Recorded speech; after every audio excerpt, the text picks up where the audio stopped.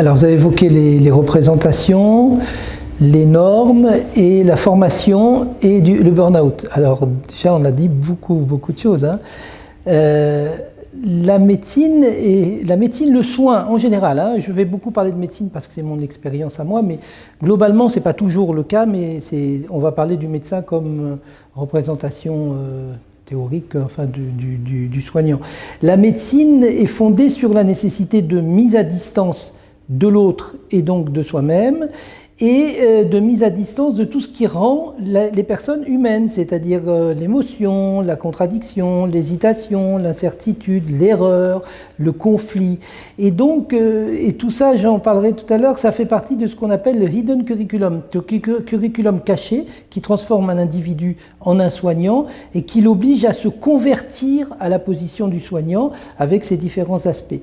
Le deuxième élément, c'est qu'il y a dans ce curriculum caché ce qu'on peut appeler une double contrainte, c'est-à-dire l'impossibilité de dire ces éléments-là. C'est des éléments qui sont évidents, flagrants, mais on n'a pas le droit d'en parler. Quand on est dans une double contrainte, l'une des solutions, c'est d'exploser, de se brûler soi-même parce qu'on ne peut pas exprimer sa brûlure à l'extérieur. Et c'est le burn-out qui aujourd'hui touche très fort les soignants et puis beaucoup d'autres pans de la société, par exemple les enseignants aussi. On en parlera tout à l'heure aussi.